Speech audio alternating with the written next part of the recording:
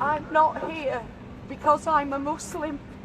I'm here because I'm a human being, and I cannot bear the fact that people are dying, are slaughtered on their streets. Have you seen the destruction? Have you seen what it looks like? How anybody can turn away from that? How anybody can say this is propaganda? Shame on all of you who say that. No civilian can ever be collateral damage. No child should ever be considered as collateral damage. No woman should ever be raped.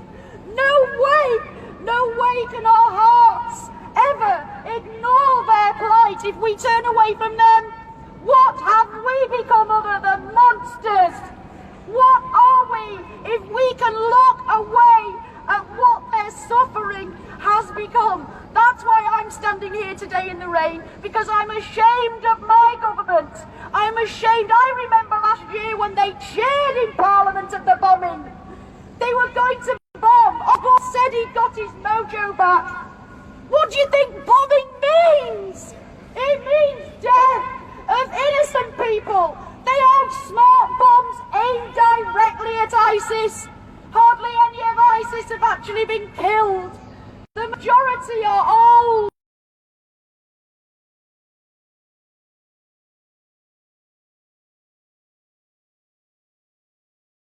Why would we as humanity stand there and say that child isn't really injured? That's propaganda. As far as I'm concerned, I'm sick of hearing it's propaganda.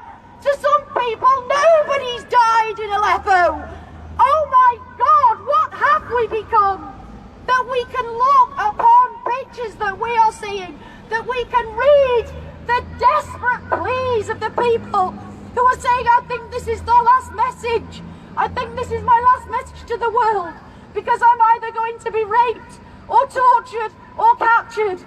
Men were actually praying and asking, can I kill my wife and children? They were so afraid. Can you imagine what horror they are going through to even consider such an awful thing? And there are people around the world saying, it's propaganda, these people are terrorists. They're not terrorists.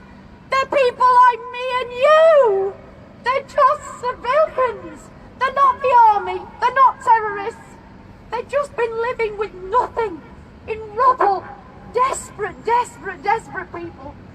While our government and the French government and the USA government have been bombing the living shit out of them.